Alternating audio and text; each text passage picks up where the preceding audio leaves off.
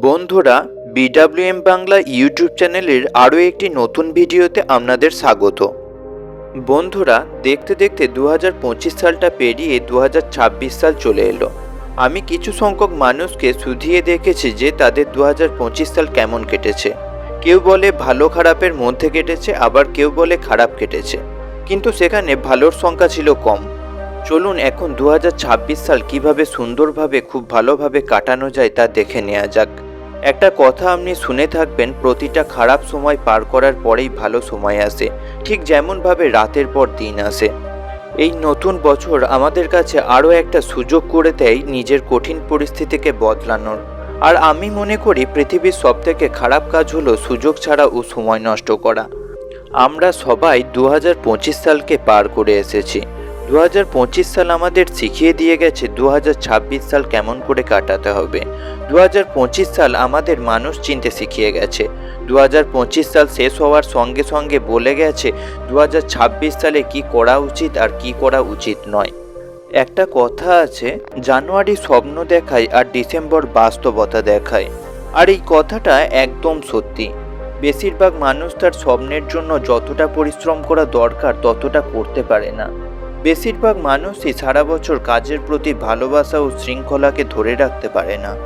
আমি এতক্ষণ ধরে শুধু বোঝানোর চেষ্টা করছিলাম মানুষ কি ভুল করে থাকে ও 2025 সাল আমাদের কি শিখিয়ে গেছে। নতুন বছর 2026 সালে অতীত থেকে শিক্ষা নিয়ে বর্তমানে কাজ করে ভবিষ্যৎকে সুন্দর করাই আমাদের মূল লক্ষ্য হওয়া উচিত। আমি পুনরায় সেই লাইনটাকে বলছি, অতীত থেকে শিক্ষা নিয়ে বর্তমানে কাজ করে ভবিষ্যৎকে সুন্দর করাই আমাদের মূল লক্ষ্য। অর্থাৎ অতীতে যে ভুলগুলো করেছি সেখান থেকে আমাদের শিক্ষা নিতে হবে, আর বর্তমানে কঠোর পরিশ্রম করতে হবে যা আমাদের ভবিষ্যৎকে সুন্দর করবে। কোনো দিনের শুরুই নির্ধারণ করে দিনটা কেমন হবে, কোনো মাসের শুরুই নির্ধারণ করে মাসটা কেমন হবে, আর কোনো বছরের শুরুই নির্ধারণ করে বছরটা কেমন হবে। তাই 2026 সালটাকে খুব ভালোভাবে শুরু করুন। শুরু থেকে কঠোর পরিশ্রমী হয়ে উঠুন। তবে শুরুতেই আকাশ ছোঁয়া স্বপ্ন দেখে একবারে সফলতার কথা চিন্তা করবেন না। সফলতা রাতারাতি আসে না। সফলতা আমাদের কাছে চাই ধৈর্য ও পরিশ্রম। অর্থাৎ সফলতা অর্জনের জন্য ধৈর্য ও পরিশ্রম দরকার। এক লাফে অনেক কয়েকটা সিঁড়ি পার করার থেকে একটি একটি করে ধৈর্যের সঙ্গে সিঁড়ি পার করুন।